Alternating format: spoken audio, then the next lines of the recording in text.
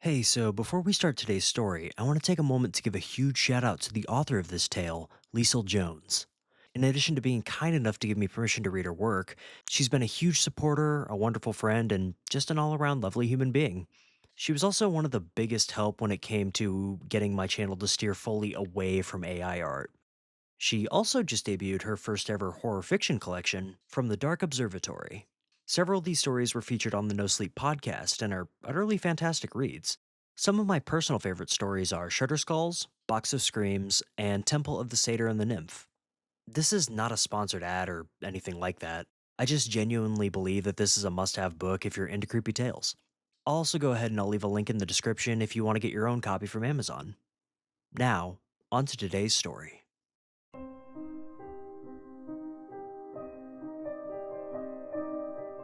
It was getting close to Halloween, and I'd reluctantly promised Mom I'd take my kid brother pumpkin picking.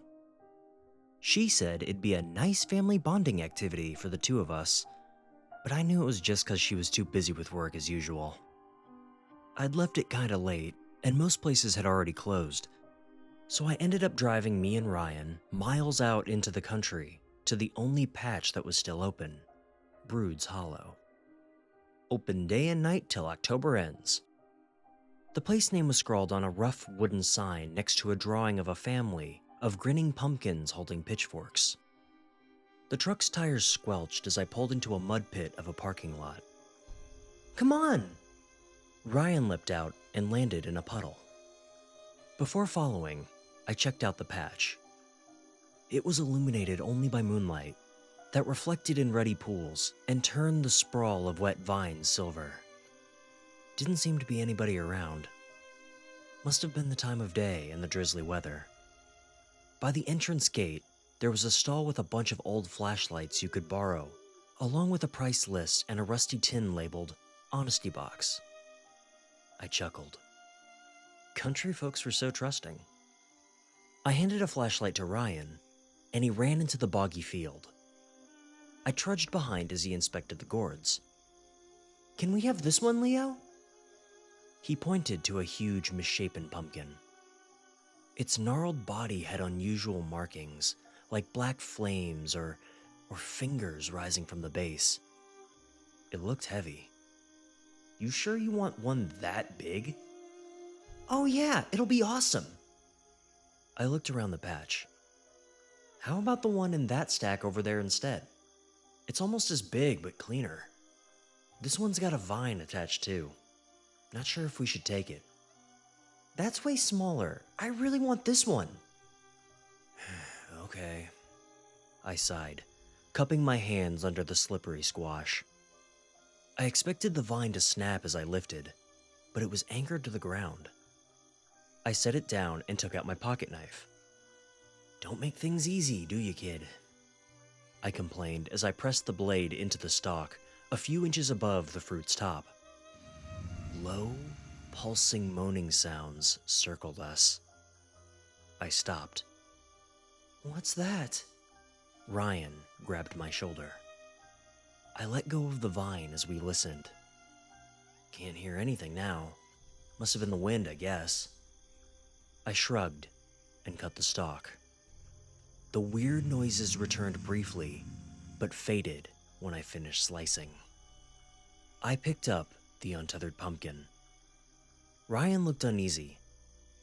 "I'm not sure I want that one after all." "For fuck's sake. After I went through all that trouble?" He looked down. "I'm sorry. It's okay, let's take it." I nodded, and we headed back towards the truck. The pumpkin was heavy as hell, slippery as shit, and I had to hold it tight against my belly as I lurched over the rough ground. "The sign said it's $5 for an extra large pumpkin. Do you think that one's extra large?" I rolled my eyes, struggling. "Duh, yeah, but I'm keeping the $5. I had to do all the work myself." "But Mom gave us money to—" "Ryan, you really need to stop being such a nerd."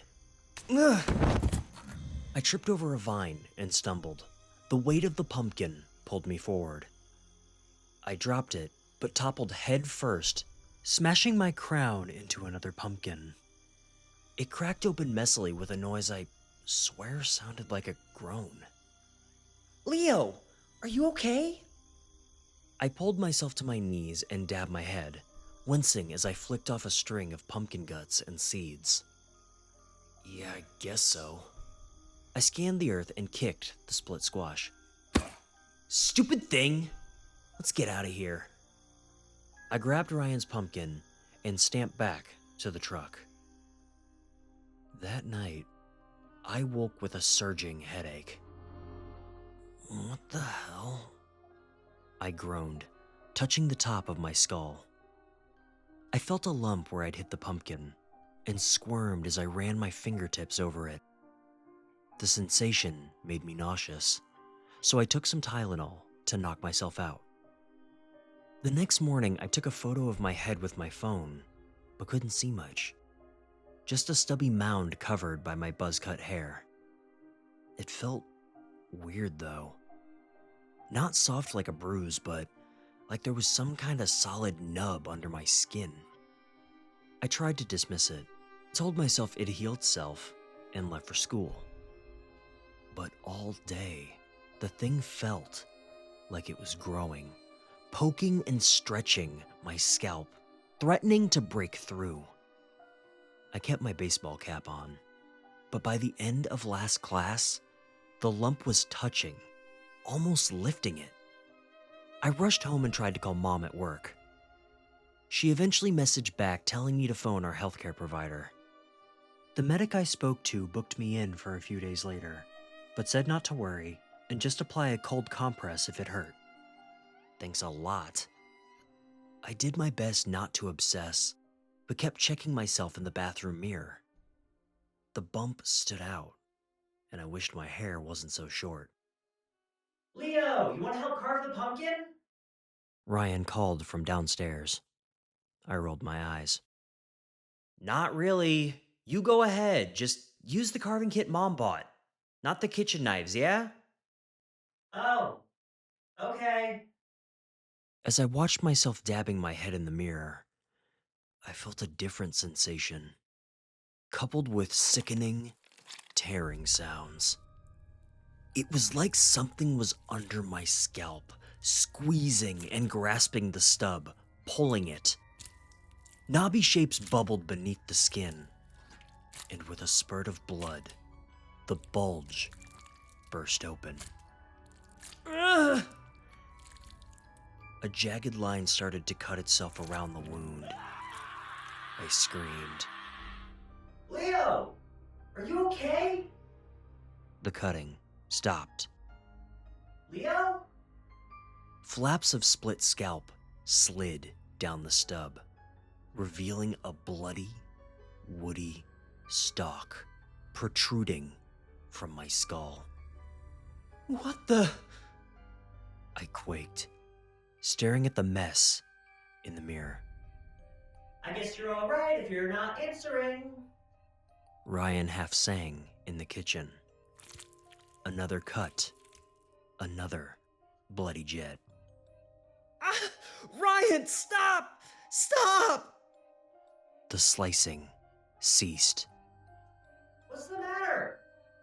Just stop what you're doing, okay? Okay. I grabbed a towel, wrapped it around my bloody head, and pitched downstairs. Ryan's eyes bulged as I stumbled into the kitchen. Oh God, what happened? Put the carving tool down and step away from the pumpkin.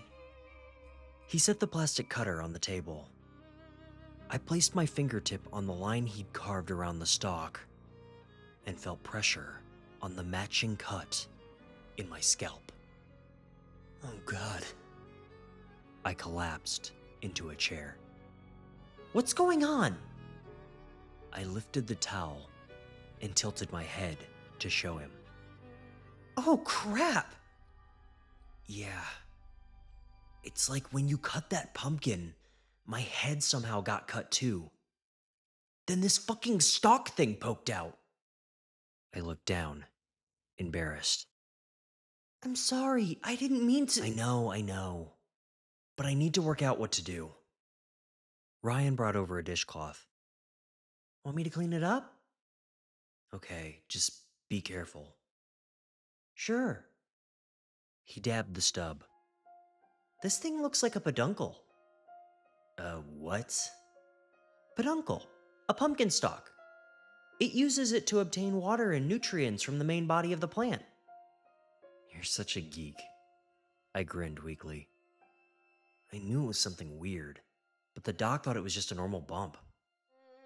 Not sure if a doctor's gonna be able to help with this. Me neither. I mean, if whatever happens to that thing also happens to my head, then... shit. First thing to do is preserve the pumpkin as best we can.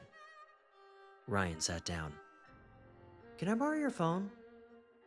After some research, we decided our best bet was to keep the pumpkin in a dry box in my room and occasionally spray it with bleach water to avoid mold. Not a long-term plan, but it was a start, and I was able to relax a little. I told myself I couldn't be the only person this had happened to, and would search the next day for someone who could assist. We also decided not to tell Mom. She'd be too busy to help. I gave the pumpkin a final bedtime check before lowering my bandaged head onto the pillow. I tried to sleep, but the headache kept me awake. There was something else too. A distant noise that throbbed in time, with the stinging in my skull. I listened closer. They were like the groans we'd heard in the pumpkin patch, but now sounded like words. Brother, brother, brother. A weird chorus drifted around my head. Strangely comforting. Familiar. I sat up and it stopped, but I suddenly had a notion what to do to fix the situation. I dressed quickly and crept out the house into the truck, hoping Mom wouldn't hear me drive away. Brood's Hollow looked the same as the previous night. Silent, moonlit. Sure, it seemed crazy, but I had a weird feeling my plan would work. I ran out of the truck, pushing a $5 bill into the honesty box. A sense of relief washed over me. As I gazed at the field, my eyes were drawn to the pumpkin plant I'd cut. I felt a compulsion, as if pulled by a tether, to be with it. I carefully walked over and knelt next to the 4 remaining fruits. Tenderly, I wiped soil off of each of them, then found the section I'd cut. I lifted it and stroked. I'm so sorry, I whispered, a tear welling in my eye. The low voices murmured again. Brother, brother. I smiled at the pumpkins connected to the vine. Our vine.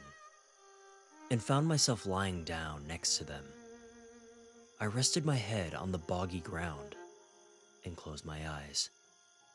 Something probed the tip of my peduncle, latched on, and I started to suckle through it. It quenched a thirst I didn't realize I had.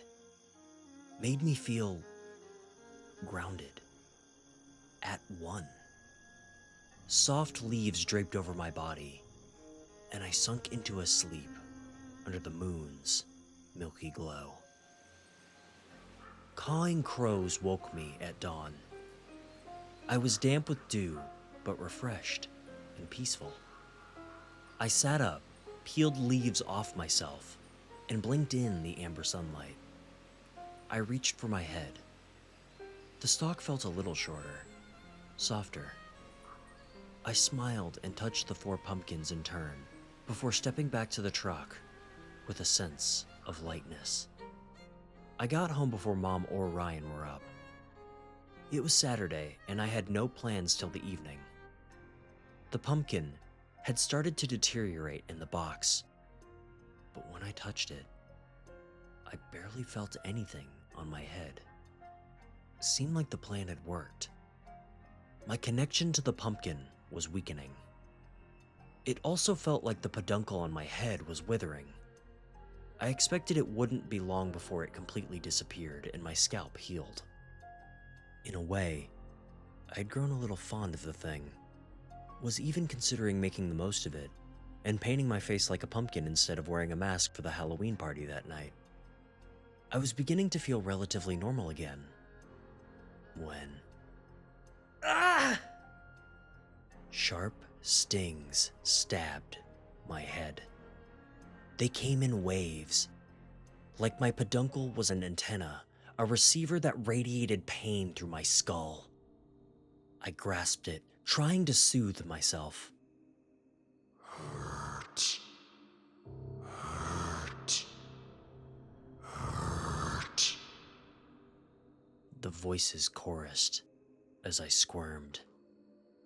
A vision of the pumpkin patch flashed into my mind. Was I connected to the rest of the plant now, instead of the pumpkin I'd taken? Shit, I muttered, and realized what must be happening. Someone was cutting another pumpkin from the vine.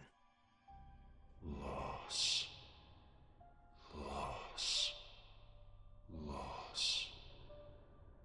The voices faded as the pain subsided. Sadness welled in me, followed by panic. Would this happen every time someone took one of the pumpkins?